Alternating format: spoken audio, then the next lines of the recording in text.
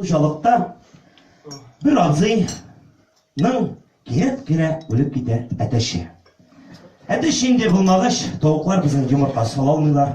Аны барыбыз да беләбез бик яхшы. Бу китә инде базарга әтәш эзли дә самый здоровыйын сатып ала. Капкайта өйгә тавыклар яна кертеп җибәрә. Bir мәлне теге әтәш тавыкларны таптап бетерә дә, качып үрдәкләр артыннан куа башлый. Үрдәкләрне таптап бетерә дә, күчә казларга. Казлар беткәч, бөтен хайваннарга биләнеп чыга да, кирип китә күршеләрнекенә. Күршеләрнең тавыкларын, әтәшләрен, үрдәкләрен барсына да менеп төшә дә. Шуннан соң күршесе керә дә, син барасың инде. Керә дә, болай булмай, синең әтәшең бигрәк звери булды. Бер нәрсә эшләтергә кирәк аны. Ул инде безнең бөтен хайваннарга биләнә башлады. Безнең инде әтәшебез кача башлады. Беренче әйтик дип. Мин нишәтим? Мин аны алдым 5000 тәңкәгә, 5000 сумга. Миңа жалкы дип әйтә ди. Бер нәрсә жалкы түгел. Без үзебездә эксперимент ясаган идек. Морозильник катыгасында бер суткага үзе шунда ката да тынычлана дип әйтә ди.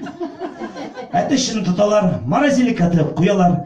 Бер сутка үткәч, ишекне ачып җибәрсәләр, тегендә шыр тиргә баткан әтәш басып тора ди. Шунда хуҗасы: "Ничек катып үлмәдең син?" дигәч, әтәш башын күтәрә дә: "Менә син каткан тавыкның ботын аерып кара" ди.